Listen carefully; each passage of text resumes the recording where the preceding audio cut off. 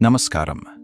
ఈరోజు మనం ఒక ముఖ్యమైన కానీ చాలా తక్కువగా మాట్లాడుకునే విషయం గురించి చర్చిద్దాం. అదే శృంగారం వెనుక ఉన్న మనస్తత్వం. సాధారణంగా శృంగారం అనగానే చాలామందికి అది కేవలం ఒక శారీరక కలయిక మాత్రమే అనిపిస్తుంది. సమాజం కూడా దాని చుట్టూ ఎన్నో అపోహలను, అనవసరమైన సిగ్గును అల్లేసింది.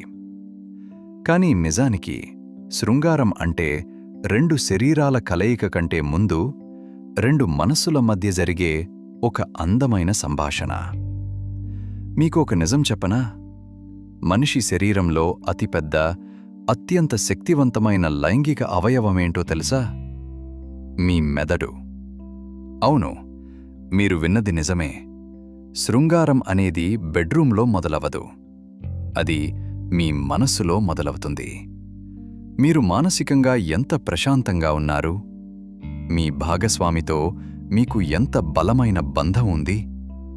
మీ పట్ల, మీ శరీరం పట్ల మీకు ఎంత ప్రేమ ఉంది?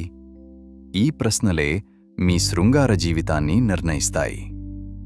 ఒకవేళ మీ మనస్సు నిండా ఆందోళన, ఒత్తిడి లేదా ఏదో తెలియని అపరాధ భావముంటే మీ శరీరం కూడా సరిగ్గా స్పందించదు. ఇక్కడే సైకాలజీ అనేది కీలక పాత్ర పోషిస్తుంది. శృంగారం అంటే కేవలం ఒక చర్య కాదు, అది నమ్మకం. మీ భాగస్వామి ముందు మీ బలహీనతలను, మీ లోపాలను, మీ ఇష్టాలను ఎలాంటి భయం లేకుండా వ్యక్తపరచగలగడమే నిజమైన చనువు. ఆ నమ్మకం ఉన్నప్పుడే బంధం బలపడుతుంది.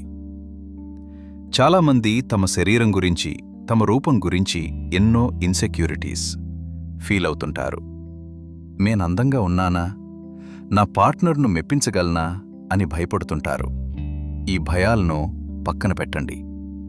పర్ఫెక్ట్ బాడీ అనేది సినిమాల్లో మాత్రమే ఉంటుంది. నిజ జీవితంలో కావలసింది పర్ఫెక్ట్ ఎమోషన్. మంచి శృంగార జీవితానికి పునాది కమ్యూనికేషన్. మీ భాగస్వామితో ఓపెన్గా మాట్లాడండి. మీ ఇష్టాయిష్టాలను పంచుకోండి. నో చెప్పే స్వేచ్ఛ, ఎస్ చెప్పే ఉత్సాహం, ఈ రెండూ ఆ బంధంలో ఉండాలి. చివరగా ఒక్క మాట. శృంగారం అనేది ప్రకృతి ప్రసాదించిన వరం.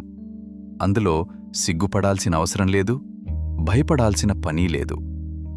మీ శరీరాన్ని ప్రేమించండి, మీ మనస్సును గౌరవించండి, మీ భాగస్వామి భావోద్వేగాలను అర్థం చేసుకోండి. శారీరక ఆనందాన్ని మించిన మానసిక ప్రశాంతతను వెతుక్కోండి. అప్పుడే మీ శృంగార జీవితం ఒక అందమైన మానసిక ప్రయాణంగా మారుతుంది.